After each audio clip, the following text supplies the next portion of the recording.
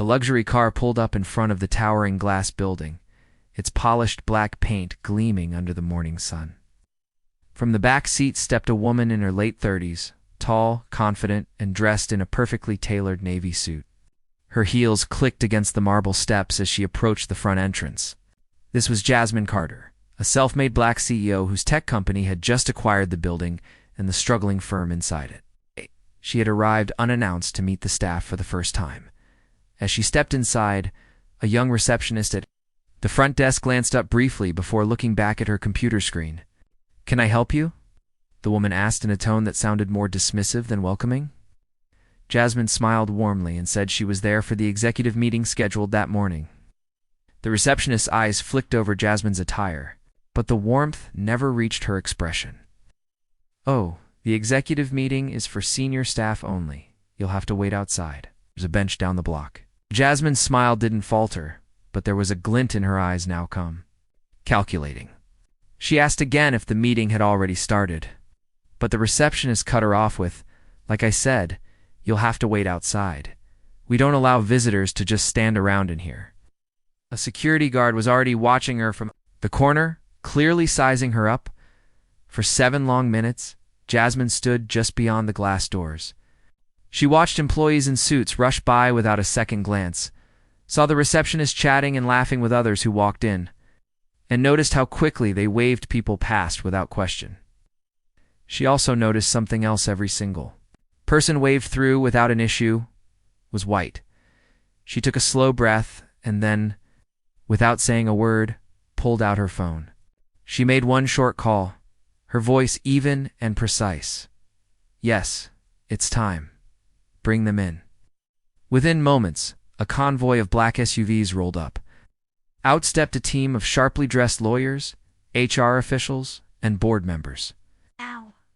Their footsteps echoed as they entered the lobby, the sound growing louder until the receptionist's fake smile froze. One of the lawyers handed Jasmine a folder thick with documents. She stepped forward, her heels clicking like a judge's gavel. The receptionist stammered, "Can I help you?" This time, Jasmine didn't smile.